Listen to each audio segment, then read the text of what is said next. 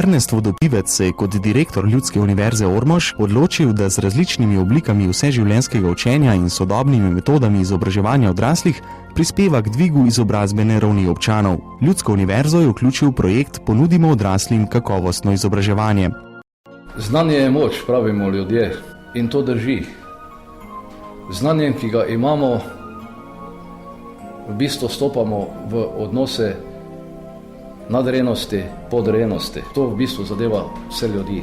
Z znanjem, ki ga imamo, več ali manj, preprečujemo tisto, da bi drugi z nami manipulirali. In prav zaradi tega imam ambicijo, da spodbujam vseživljenjsko učenje.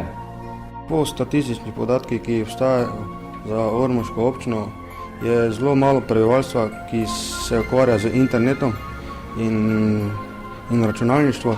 Zaradi tega je prišlo na Ljudski univerzi, smo šli do ideje, da udejanjimo projekt, s katerim bomo kmečkemu prebivalstvu občine Ormož omogočili dostop do interneta in možnost izobraževanja in računalniškega opismenjevanja.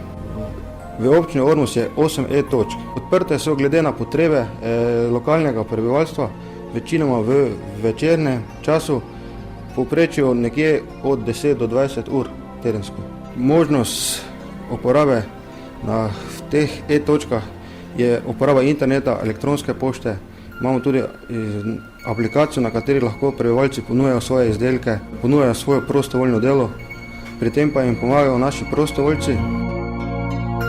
Vseživljenjsko učenje in dodatno izobraževanje, usposabljanje pa postaja tudi nova moč podeželskega prebivalstva. Ljudje pa se morajo potruditi, da to novo moč izkoristijo sebi v prid.